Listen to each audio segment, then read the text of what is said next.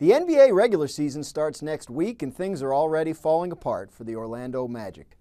I'm Dan Graziano with this ESPN headline. Magic guard Victor Oladipo will have surgery this weekend to repair a facial fracture he suffered when he took an elbow to the face in practice earlier this week.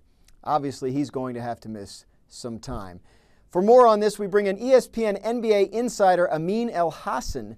Amin, how big a deal is it for the Magic to have to play without one of their young cornerstones? Well, I mean, it's a fairly big deal. They already suffered a setback. He sprained his MCL earlier during training camp as we missed most of the preseason.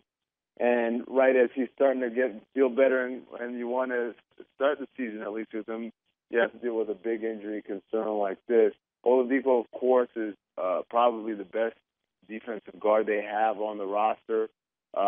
Even though they have Elfrid Payton, Oladipo would probably have been counted upon to at least be a play creator for most of the offense that they're running. So to have him not start the year, that's a pretty big setback. Oladipo was the number 2 overall pick in the 2013 draft and was named to the league's all-rookie team. But the Magic didn't get any breaks in this year's draft lottery, Amin, and they're also without key offseason addition Channing Frye, who has a knee injury. What's the outlook for this team this year, and how much work will they still have to do next offseason?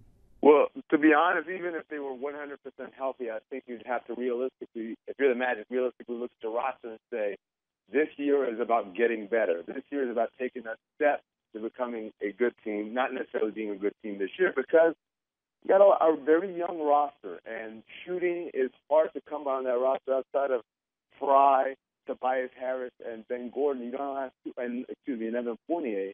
You don't have too much shooting on that roster, so it's going to be an adjustment period for those young guys to get accustomed to NBA style of play. Now, with those injuries, this pretty much solidifies their status as probably going to be one of the worst teams in the Eastern Conference, if not the entire NBA, which might be a blessing in disguise because you get one more high pick. But again, if you're the Magic and you're collecting this talent, at some point you want to start seeing them get better and start improving their win total. Obviously, it would help to have that young core together at the start of the season. They'll hope they don't have to go too long without Oladipo. Thank you, Amin Elhassan, and for all of your NBA news and notes, keep it right here on ESPN.com.